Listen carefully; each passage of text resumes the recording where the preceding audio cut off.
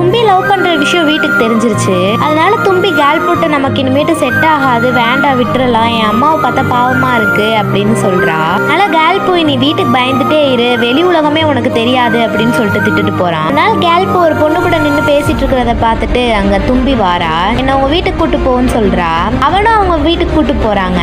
அவங்க அப்பா சொல்றாரு, என் ஒய்ஃப் மாதிரியே அவனுக்கும் ஒரு ஒய்ஃப் வேணும்னு நினைச்சிட்டே இருந்தேன், நீ வந்ததுல இருந்து தான் அவன் வாழ்க்கையே பிரைட்டா இருக்கு அப்படின்னு சொல்றாங்க. அப்பதான் பீச் ஃபெஸ்டிவல் வருது. அவளும் அவங்க அம்மாட்ட பெர்மிஷன் வாங்கிட்டு போறா.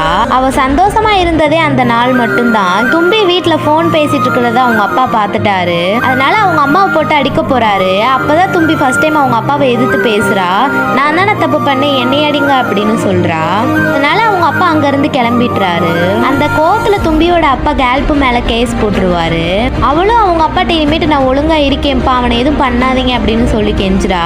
அவங்க அப்பா விடுற மாதிரியே தெரியல. அப்போதான் கேல்புக்கு ஜாமீன் கிடைச்சிருக்கும். அது தெரியாம அவசரப்பட்ட அவளும் கேல்புக்கு கால் பண்ணி என்னாலதான் எல்லாம் ஆச்சு, இனிமேட்டு எந்த பிரச்சனையும் வராது அப்படின்னு சூசைட் பண்ணி இறந்து போயிடுறா.